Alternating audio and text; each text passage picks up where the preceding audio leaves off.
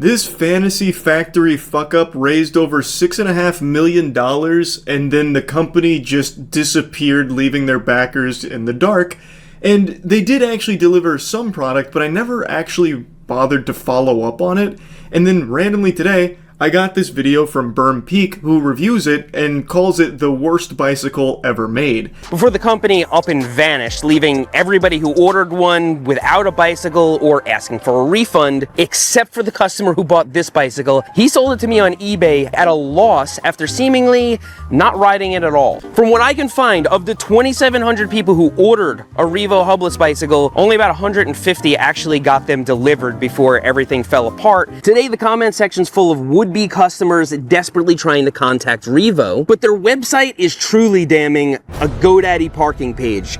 That's an obituary if I've ever seen one. Well, let's not jump the gun here. Hold your horses. Just because they haven't maintained the website doesn't necessarily mean that they just left. Maybe they're planning a huge comeback and they wanted people to be privy to the fact that the hosting isn't paid for anymore. So right now the motor is not on, and with great difficulty I am pedaling it. Can you believe how loud it is?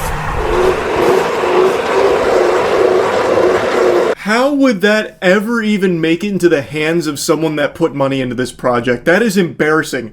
That shit sounds like an Aztec death whistle. That is shockingly loud. Lawnmowers are quieter. Any bike, even e-bikes, they just roll, right? As soon as you stop pedaling, it just rolls on forever. It's like gliding. You just feel the resistance every step of the way on this thing, whether or not you're pedaling. Look at this. It's a wheel that can't even function as a wheel. They reinvented the wheel and made it worse. They even advertise its lightweight core. This is one of the heaviest bicycles I've ever picked up in my life. They say it's like 70 something pounds. I think it's heavier. And I'm gonna start applying my brakes right here. Let's see how long it takes me to stop.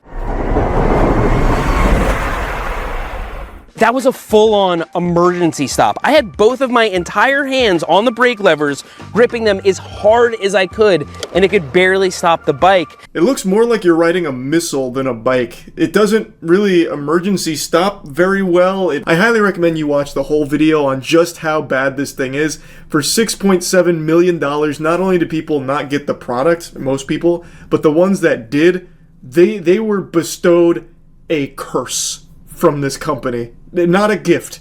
Certainly not what they thought they were getting.